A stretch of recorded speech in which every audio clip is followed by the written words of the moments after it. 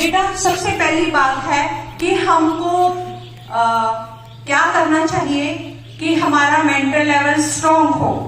सबसे पहले मैं आपको 3 बातें बताऊंगी जिससे आपका मेंटल लेवल जो है वो स्ट्रॉन्ग होगा। सबसे पहली बात है सेल्फ हेल्प। क्या है सबसे पहली बात? हाँ, सेल्फ हेल्प। इसका मतलब है हमें अपनी खुद की सहायता करनी है। ठीक है। Self realise, that is the second mental hygiene. क्या है नंबर 2 पॉइंट? Self reliance. मतलब हमें अपने ऊपर विश्वास करना होगा। मैं जैसा भी हूं, जैसा हूं मैं वैसा हूं, तुलना नहीं। इससे आपके अंदर विश्वास आएगा।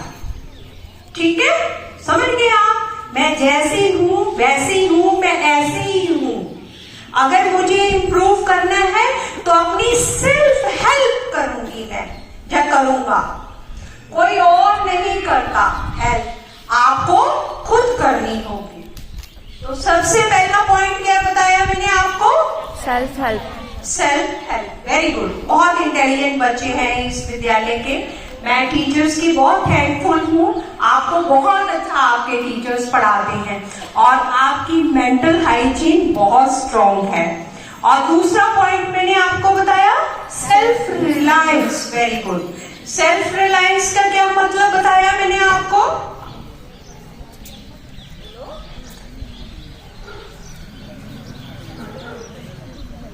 सेल्फ रिलायंस क्या बताया मैंने? विश्वास करना। Very good. क्या नाम था आपका? Prachi. Prachi, very good. Clapping for Prachi. तो प्राची ने हमें बताया कि सेल्फ रिलायंस का मतलब है हमें अपने ऊपर भरोसा रखना है, अपने ऊपर विश्वास करना है, शर्माना नहीं है। जैसे ये बच्चा शर्मा रहा है ना, शर्माना नहीं है। ठीक है, सेल्फ रिलायंस का मतलब ये भी होता है। और तीसरी मेंटल हाइजीन है सेल्फ सेक्रीफाइस। क्या है तीसरी? Self sacrifice. वो क्या है? खुद अपने आप को तपाना। जितना तप कर सकते हो पढ़ने के लिए, अपने अंदर सुधार करने के लिए। ये नहीं है कि एक बार हमारे टीचर्स ने कह दिया तू नालायक, तो इसका मतलब आप नालायक नहीं। सेल्फ सेक्रीफाइस से अपने आप को तपाओ और जितना आपका क्रिटिसिज्म होगा, जितना आपको कहा जाएगा आप गलत हो, उतना अपने आप को सुधारो। ठीक है, वहां सुधार की गुंजाइश रहती है। जब आपको कोई बताड़ेगा नहीं, बताएगा नहीं कि आप कैसे हो, आप मैथमेटिक्स में कैसे हो, साइंस में कैसे हो, कंप्यूटर एजुकेशन में कैसे हो, इंग्लिश, हिंदी, सोशल स्टडीज, जो भी आपके स्कूल में सब्जेक्ट्स हैं, गेम्स एंड स्पोर्ट्स, डांसिंग, को curricular activities, drawing and paintings, अगर आपके टीचर्स आपको कहते हैं, लताड़ते हैं, तो वेरी गुड, ये टीचर का काम है बताना। लताड़ने का मतलब बताना, मारना नहीं। तो जब आपको कहा जाता है कि आप इस एरिया में अपने को सुधारो, जब आपके टीचर्स आपको कहते हैं, तो उस समय आपने अपनी मेंटल हाइजीन नंबर 3 का यूज करना है, that is self sacrifice. Self sacrificing, आपने अपने आप को तपाना है कि इंट्रोस्पेक्ट करना है ना बच्चों, अपना अवलोकन करना है कि मेरे अंदर क्या कमियां हैं, क्यों मेरे अध्यापक या अध्यापिका ने मुझे ऐसे कहा। ठीक है, ये आपकी मेंटल हाइजीन है। इसके साथ साथ मैं आपको यही भी कहना चाहती हूँ कि जरूरी नहीं है कि हम हर सब्जेक्ट सब्जेक्ट्स में इंटेलिजेंट हो। जरूरी नहीं है कि हम हर को करिकुलर एक्टिविटीज में पार्टिसिपेट करें। जरूरी वो है जो सब्जेक्ट आपको अच्छा लगता है, जरूरी वो है जो आपको को करिकुलर एक्टिविटीज में या गेम स्पोर्ट्स में, जो गेम या स्पोर्ट्स आपको अच्छी लगती है, जो आर्ट एंड पेंटिंग अच्छी लगती है, सिंगिंग अच्छी लगती है, डांसिंग अच्छी लगती है, किसी ना किसी बच्चे को कोई ना कोई चीज अच्छी लगती होगी ना, उसमें क्वालिटी होगी, टैलेंट होगा। कई बच्चे स्पीकर बहुत अच्छे होते हैं, they are very good debater, declamation में पार्टिसिपेट करते हैं। तो जरूरी नहीं है कि वो आर्ट कंपटीशन में भी उतने ही माहिर हो जितने वो अच्छे स्पीकर हो। ठीक है, तो अपने आप को ये मत कभी भी सोचना कि मैं सारे सब्जेक्ट्स में परफेक्ट हूं। बेटा, इस दुनिया में कोई परफेक्ट नहीं होता। परफेक्ट वो होता है जिसके पास स्किल होती है, ये मेंटल स्किल। आप जब अपना सेल्फ सेक्रीफाइस करते हो तो आपको पता चलता है कि मेरे अंदर कौन कौन सी क्वालिटीज छिपी हुई है, मेरी कौन कौन सी स्ट्रेंथ है। ठीक है, स्वॉट, स्ट्रेंथ, वीकनेसेस मेरे अंदर कौन कौन सी है। मैं तो आप सभी को कहूंगी कि सभी बच्चे आज से एक कॉपी लगा लें। घर में कई बार मम्मी पापा के पास एक डायरी होती है, जैसे नया साल शुरू हुआ है, घर में नई डायरी आई होगी। ठीक है, अगर नहीं भी है तो कॉपी नई एक लगा लीजिए। उसमें आज मैं आपको लेसन दे रही हूं कि आपने सबसे पहले घर जाकर, जब आपका फ्री समय होगा, तो आपने सबसे पहले ये लिखना है कि मेरे अंदर क्वालिटीज क्या क्या है।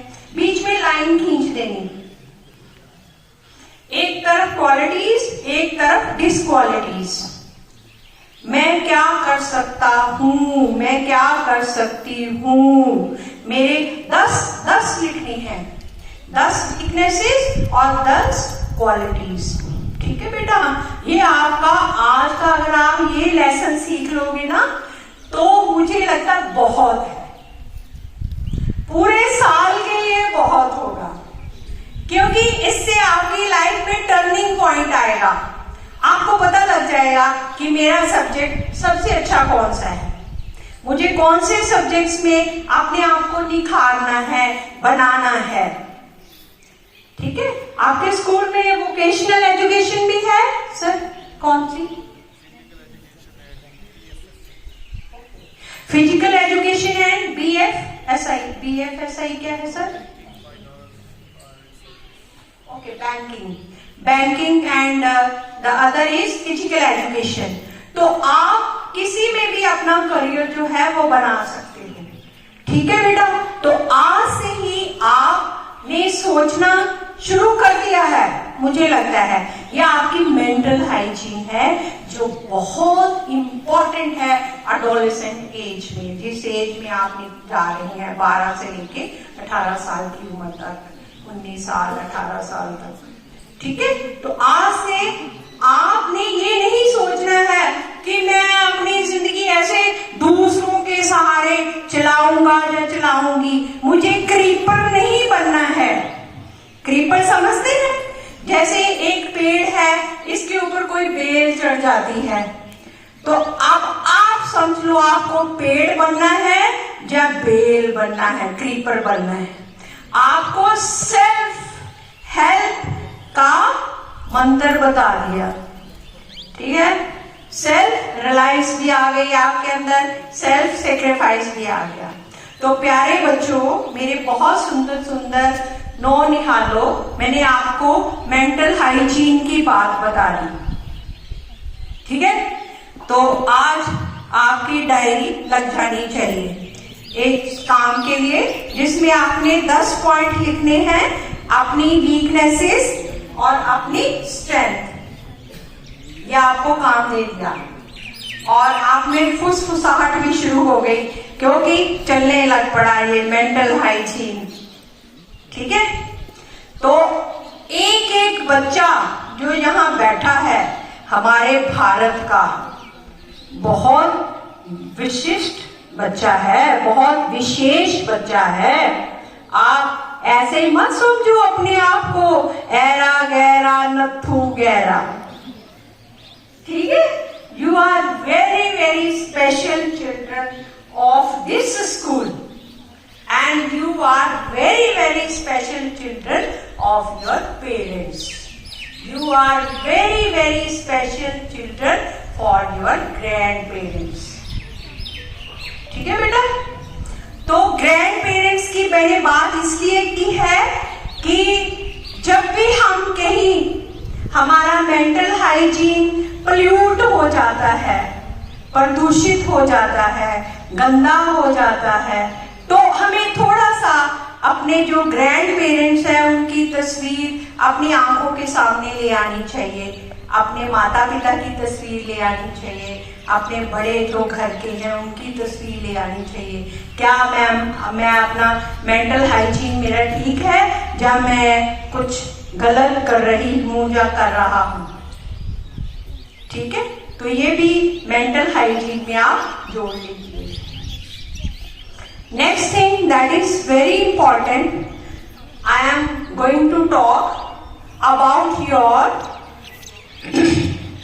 physical hygiene. ठीक है बेटा?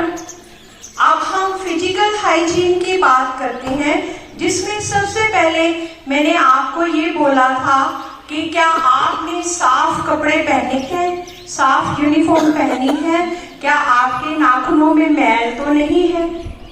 दो बातें कही थी मैंने आपको।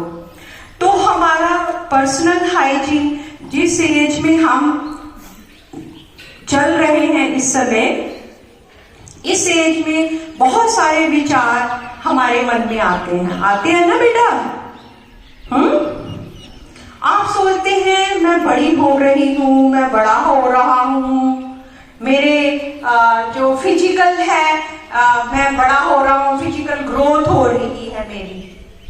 तो हमें बड़ा अजीब सा लगता है, शर्म आती है, हम अपने दोस्त मित्र से भी खुलकर बात नहीं करते, कभी कर भी लेते हैं और फिर हम गंदा गंदा साहित्य पढ़ना शुरू कर देते हैं, गंदी गंदी किताबें पढ़नी शुरू कर देते हैं, गंदी गंदी हम मोबाइल पे चीजें देखनी शुरू कर देते हैं, ऐसी हमें कोई नॉलेज नहीं मिलती, फिर हम भटके ही।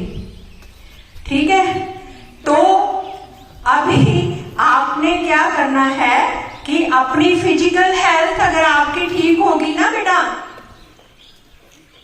तो आपको सब नॉलेज धीरे धीरे ऑटोमेटिकली जो ग्रोथ है ना वो ऑटोमेटिकली होती रहेगी। तो फिजिकल हाइजीन में सबसे पहले मैं आपसे बात करती हूँ, जैसे क्या आपकी आंखें साफ हैं, आंख में कोई कचरा तो नहीं है, कोई साइड पे गिद्ध तो नहीं लगी है, क्या मेरी आंखें साफ हैं, क्या मेरा नाक में नोज वो तो नहीं बह रहा, क्या बोलते हैं आप, सींड है ना चलिए ठीक है, और क्या मेरे कान साफ हैं, मेरे कान के पीछे या मेरे कान के अंदर मैल तो नहीं है, क्या मेरी सहेली या मेरा दोस्त मुझे ये तो नहीं आता, परे हट तेरे मुंह से स्मेल आ रही है ना? ऐसा होता है ना, होता है कि नहीं होता? और तू पीछे हट, तेरे ना स्वेटर से बड़ी बदबू आ रही है, पीछे हट, मैंने नहीं बैठना तेरे साथ, क्या टोपी पहनी है, पता नहीं कब धोई है, कैसी जैकेट पहनी है, ठीक है? तो वो स्मेल, वो गंदगी कहाँ से आती है? कुछ धूल मिट्टी से आती है, कुछ जब हम स्नान नहीं करते या अपने वस्त्रों को हम अच्छे ढंग से धोते नहीं हैं और धूप नहीं लगाते, ठीक है? तो हमारे शरीर से स्मेल आती है, कई बार हमारे अंडर आर्म से स्मेल आती है, हम जब टॉयलेट जाते हैं तो हम क्या करते हैं, हाथ नहीं धोते हैं, हम खाना खाते खाते हैं तो खाना खाने से पहले हम हाथ नहीं धोते हैं, ठीक है। और हम गौशाला जाते हैं, घर में गाय का काम करते हैं तो उसके बाद हाथ नहीं धोते हैं। खाना खाने से पहले भी हाथ नहीं धोते हैं। मंदिर में पूजा करने से पहले भी हाथ नहीं धोते हैं। मुंह में उंगली डालकर रखते हैं, नाखून चबाते रहते हैं, ठीक है। हमने अपनी चोटी में रिबन लगाए हैं, रिबन कब धोया। हम जुराबे पहनते हैं, हमारी जुराबों में स्मेल आती है, दे आर वेरी स्मेली। तो हमेशा साफ सुथरी जुराबे पहननी चाहिए, रोज बदल कर जुराबे पहनकर आना चाहिए हमें। मैडम मुझे बता देना जब समय हो जाएगा, क्योंकि मैं तो बोलती रहती हूँ, क्योंकि मुझे बच्चे मिले हैं, बच्चों के बीच में बात करना अच्छा लगता है, कुछ टॉपिक ही ऐसा है, ठीक है। अच्छा, दूसरी बात, खाने की बात करते हैं जिससे हमारा फिजिकल हम स्ट्रॉन्ग बनते हैं। तो हम आजकल क्या खाते हैं, चाउमीन, मोमोज, समोसा, है ना, और क्या खाते हैं, बर्गर, मैगी, पिज्जा, और macaroni, spring roll, chocolates, ice cream, pastries खाइए। मैं ये नहीं कहती मत खाओ, मैं बिल्कुल क्रॉस नहीं मारती, लेकिन कभी कभी खाओ। इनको खाने के बाद ब्रश जरूर करो, ठीक है बेटा। आपके दांत साफ होने चाहिए। अगर आप अपने दांतों की सफाई नहीं रखेंगे तो आपके दांत जल्दी खराब हो जाएंगे, बैक्टीरिया लग जाएगा उसको, और जल्दी कैविटी हो जाएगी, फिर डॉक्टर के पास जाना पड़ेगा। वो आपकी भरी जवानी में ही आपके दांत निकाल देंगे, फिर बुढ़े हो जाएंगे आप, ठीक है। तो आपने अपने दांतों की सफाई रखनी है बच्चों। आपने दिन में जैसे सुबह और रात को सोने से पहले आपने अपने दांत साफ करने हैं अच्छे से ब्रश के साथ। आपका जो टूथ ब्रश है उसको 3 या 4 महीने के बाद बदल दीजिए, और उसके जो ब्रिसल्स होते हैं वो सॉफ्ट होने चाहिए। अच्छी क्वालिटी का टूथ ब्रश होना चाहिए, अच्छी क्वालिटी का टूथपेस्ट इस्तेमाल करो आप, ठीक है बेटा। ये आपकी दांतों की, मुंह की सफाई की बात हो रही है। और आप जब अपने दांतों को साफ करते हैं तो अपनी जीभ भी आगे करके ना उसी ब्रश के साथ जीभ के ऊपर भी मार दिया करो, ताकि जीभ के ऊपर जो मैल जमी होती है वो भी साफ हो जाए अच्छी तरह, ठीक है। और इसके साथ साथ आपको पौष्टिक भोजन खाना है। हमारे हिमाचल में बहुत पौष्टिक भोजन मिलता है, हम तो धाम खाते हैं। तो धाम खाने वाले बच्चों में न्यूट्रिएंट्स की कमी नहीं हो सकती, क्योंकि उसमें भरपूर मात्रा में दालें होती हैं, चावल है, दही का इस्तेमाल होता है, और उसमें मसाले जो डाले जाते हैं सब हमारी सेहत के लिए ठीक है। और हमारे घर में साग सब्जी, लीफी वेजिटेबल्स भी उगती है ना, तो हम साग सब्जी खाते हैं, तो हमारा जो फिजिकल हेल्थ है वो अपने आप ही स्ट्रॉन्ग रहेगा। जब हम खाने पीने का बहुत ही व्यवस्थित रहते हैं, उसमें डिसिप्लिन रहते हैं, तो हम अच्छा फील करते हैं। तो मैंने लीफी वेजिटेबल की बात की कि घर में साग सब्जियां उगती हैं। तो जब आप घर में साग सब्जी बगीची से वापस आते हैं या खेतों से वापस आते हैं, तब भी हाथ धोने चाहिए, ठीक है। और हाथ धोने का प्रोसीजर हैंड वॉश बहुत इंपॉर्टेंट है, क्योंकि हमारे हाथ इतने इंपॉर्टेंट है बेटा कि मैं आपको बता सकती हूँ कि जिस भी जगह पे आप बैठते हो, चाहे टाट पट्टी पे बैठते हो या कहीं भी बैठते हो, तो 20 मिनट से लेके 2 घंटे तक वहां बैक्टीरिया रहते हैं। तो उस जगह से उठने के बाद आपको अपने हाथ साफ करने चाहिए, धोने चाहिए साबुन से। वैसे तो लिक्विड सोप हो, that is very better for hand washing. Liquid soap बहुत अच्छा होता है। अगर लिक्विड सोप बॉटल में खाली हो गया है तो उस बॉटल को दोबारा साफ करके उसमें और लिक्विड सोप भर दो, ठीक है। अगर लिक्विड सोप नहीं है, नहीं यूज करते हो तो कोई बात नहीं, घर में साबुन होता है। तो लेकिन हैंड वॉशिंग के लिए आप बहुत बड़ा साबुन की जो टिक्की है सोप के केक, वो बहुत बड़ा रखने की जरूरत नहीं है। वो जितना छोटा होगा उतनी जल्दी खत्म हो जाएगा, ठीक है। तो हैंड वॉशिंग का भी एक तरीका है। आपने नलके के आगे हाथ रखने हैं, अपने हाथों को पहले गीला करना है, फिर उनको अच्छी तरह से हाथों को धोना है साबुन के साथ, ठीक है।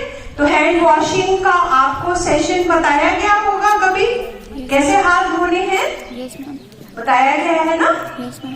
ठीक है, तो आपको उसको भूलना नहीं है। जो आपको स्कूल में हैंड वॉश बताया गया है, तो उसी तरीके से आपने अपने हाथ धोने हैं, साफ करने हैं।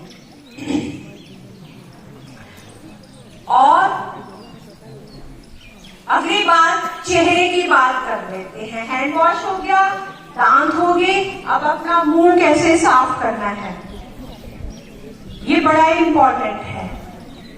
लड़कियों को सुंदर होने का बहुत शौक होता है कि हम सुंदर लगें, हम गोरी गोरी लगें।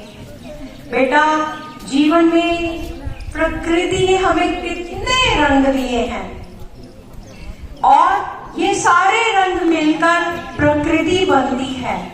तो अगर हमारी स्किन का रंग जैसा भी हमें प्रभु ने दिया है, हमें उसका थैंक्स करना चाहिए। बस हाइजीन का ध्यान रखना है, सफाई का ध्यान रखना है, ठीक है। ये आपके चेहरे की बात हो गई। चेहरे को अच्छी तरह से आपने साबुन से धो लिया है।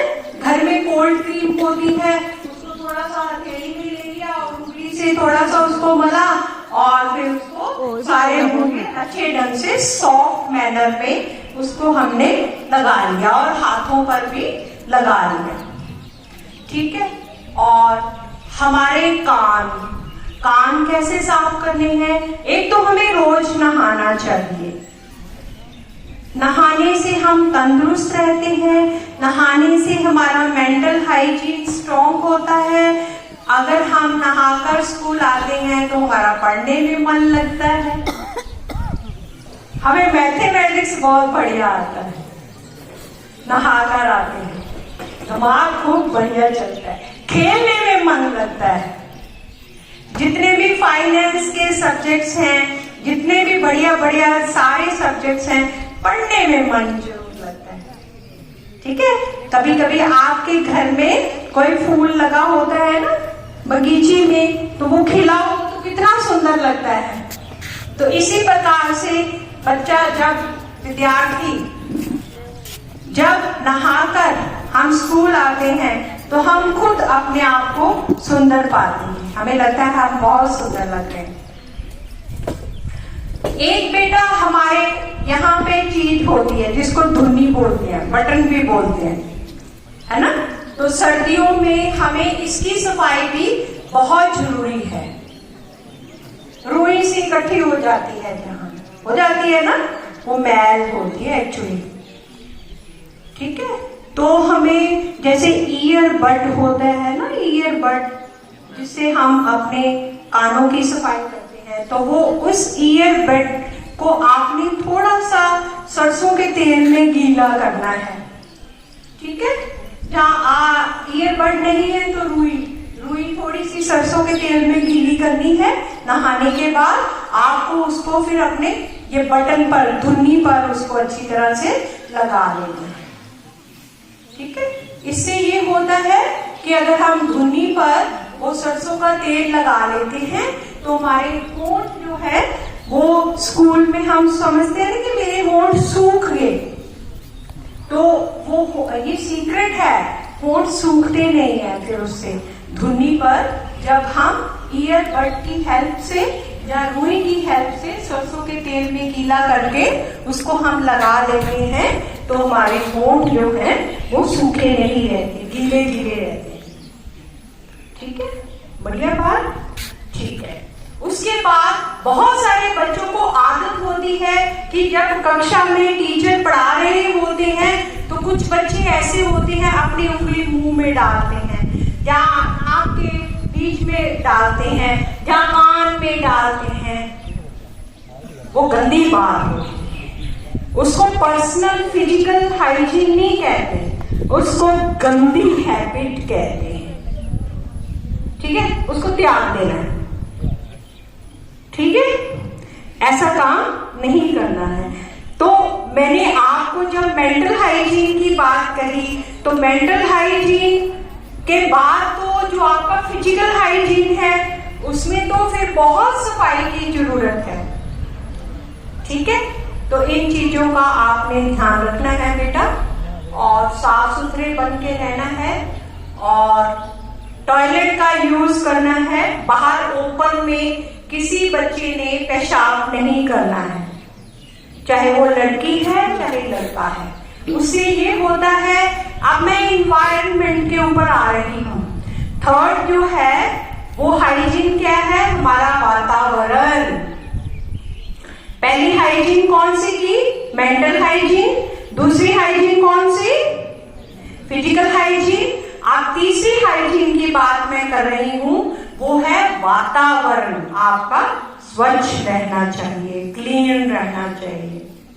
आपके स्कूलों में क्लीननेस ड्राइव होता है, स्वच्छता अभियान चलाया जाता है, तो उसमें सबसे पहली बात आती है कि आपको खुले में शौच नहीं करना है, चाहे वो लड़की है चाहे लड़का है। ठीक है, चाहे वो आपका स्कूल है, चाहे सड़क है, चाहे आपका घर है, चाहे आपका खेत है। क्यों? क्योंकि हम खामखा वहां पे बीमारियां फैलाते हैं जो दूसरों के लिए अच्छी नहीं होती हैं। ठीक है, इसके साथ साथ हमें, जैसे हमें फ्लू हो गया है, हम खांसी करते हैं, छींकते हैं, तो हमें ऐसे ही नहीं कर देना चाहिए एकदम सबके सामने, और हमारे जो वाटर वेपन है वो दूसरे के ऊपर गए और उसको भी वो बीमारी हो गई। और ना ही हमें खांसी करनी है इस ढंग से। ठीक है बेटा, जब खांसी आए तो आप अपना साफ सुथरा रुमाल, फिर आप नाखून खा रहे हो बेटा, अभी बताया नहीं खाने नाखून, इसका मतलब आप कहीं ना कहीं मेरी बात सुनकर आपके अंदर थोड़ा सा इंट्रोस्पेक्शन आ रहा है। ये गंदी बात नहीं कर रहे हैं आप, लेकिन हैबिट है, इस हैबिट को आप त्याग दो। ठीक है, तो इसका मतलब ये सुन रहा है मुझे, अगर ये नाखून चुबा रहा है ना तो it means he is listening me very carefully. लेकिन हमारी इस गंदी आदत को हमने छोड़ना है। हम आराम से बैठ के भी सुन सकते हैं दूसरों को। ठीक है, तो हमें छींकना भी नहीं है ऊपर में, ना ही खांसना है। ठीक है, कफिंग नहीं करनी है तो रुमाल आगे होना चाहिए, हमारा साफ सुथरा रुमाल हमारा आगे होना चाहिए। और अगर हमारे पास रुमाल नहीं है तो हमें अगर खांसी आती है या छींक आती है तो हमें ऐसे करके खांसना है या छींकना है, कोहनी का इस्तेमाल करना है, ताकि हम किसी को अपने फ्लू से, अपनी बीमारी से, अपने जुकाम से प्रभावित ना करें। ठीक है बेटा, अच्छी लगी मेरी बातें? Yes ma'am. हाँ, अब हम एनवायरनमेंट की बात कर रहे हैं। हमारा स्कूल हमारा अपना स्कूल है। कभी कभी देखा करो, मुझे अपने स्कूल को कैसे सुंदर बनाना है। क्या मेरे घर में कोई ऐसे फूल लगे हैं जो स्कूल में नहीं लगे? तो मुझे वहां से जड़ में घर से पौधा ले आना, छोटा सा सैपलिंग बोलते हैं ना उसको, पौध।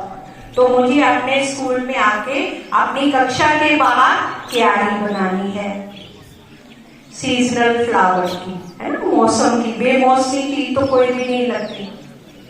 तो आप अपने स्कूल में जैसे हफ्ते में एक दिन आप अपने स्कूल को स्वच्छ बनाने के लिए आप ऐसा काम किया करो, जैसे फिजिकल एजुकेशन पीरियड में या को करिकुलर एक्टिविटीज में, या आपका कोई ऐसे 0 पीरियड भी होता होगा, या हफ्ते में कोई ऐसा दिन भी होता होगा जिसमें आप थोड़ा फ्री रहते हो, तो उस समय आप अपने स्कूल को सुंदर बनाने के लिए क्या क्या नहीं कर सकते। बेटा, आपके अंदर इतनी शक्तियां हैं कि आपको भी नहीं पता। आज जब आप डायरी में लिखना शुरू करोगे ना कि मेरी क्या कमियां हैं, what are my weaknesses, what are my qualities, बीच में लाइन खींच के जब आप 10 बातें लिखोगे, उसी से आपको पता चल जाएगा कि मुझे अपना सेल्फ हेल्प कैसे करना है, सेल्फ रिलायंस कैसे करना है, सेल्फ सेक्रीफाइस कैसे करना है, और मुझे अपना पर्सनल हाइजीन और पर्सनल ग्रोथ। जरूरी नहीं है जो बच्चा बहुत मोटा है हम सोचते हैं कितना हेल्दी है, जरूरी नहीं है कि वो हेल्दी है। जो स्लिम ट्रिम बच्चा है वो हो सकता है उससे भी ज्यादा हेल्दी हो। ठीक है, तो आपको खेलना कूदना भी चाहिए स्कूल में। खेल कूद के पीरियड में खूब खेलो, पढ़ने के समय खूब पढ़ो, खाने के समय खूब खाओ, क्योंकि आपकी अवस्था ऐसी है, एज ऐसी है। ठीक है, जितना खाओगे उतने बढ़िया बढ़िया पढ़ोगे, लेकिन खाने से पहले हाथ धोने अच्छी तरह से। कभी भी कोई भी चीज मुंह डालने से पहले आपको अपने हाथ धोने हैं। ठीक है, समझ आई मेरी बात? मजा आया? Yes ma'am. कोई ऐसी बात कोई बच्चा खड़ा होके बताएगा मैंने क्या क्या बताया? कोई हाथ खड़ा करे, कोई भी बच्चा। ये कोई परीक्षा थोड़ी है, उसके बाद फिर अगली बात करेंगे आपके साथ। Any one of the students who are here can tell anything? Time हो गया, ओके।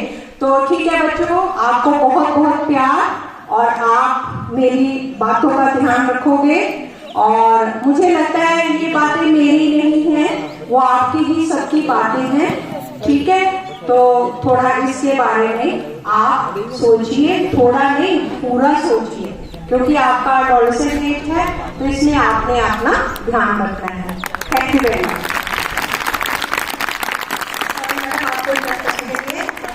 एक तो समय की कमी है और इसलिए मैडम को कभी फिर मौका देंगे, फिर बुलाएंगे। और मैडम आपका बहुत बहुत धन्यवाद। अब मैं प्रिंसिपल मैम से रिक्वेस्ट करती हूँ कि मैडम प्लीज मैडम को एक टोकन ऑफ रिगार्ड्स जो है वो स्कूल की तरफ से दी।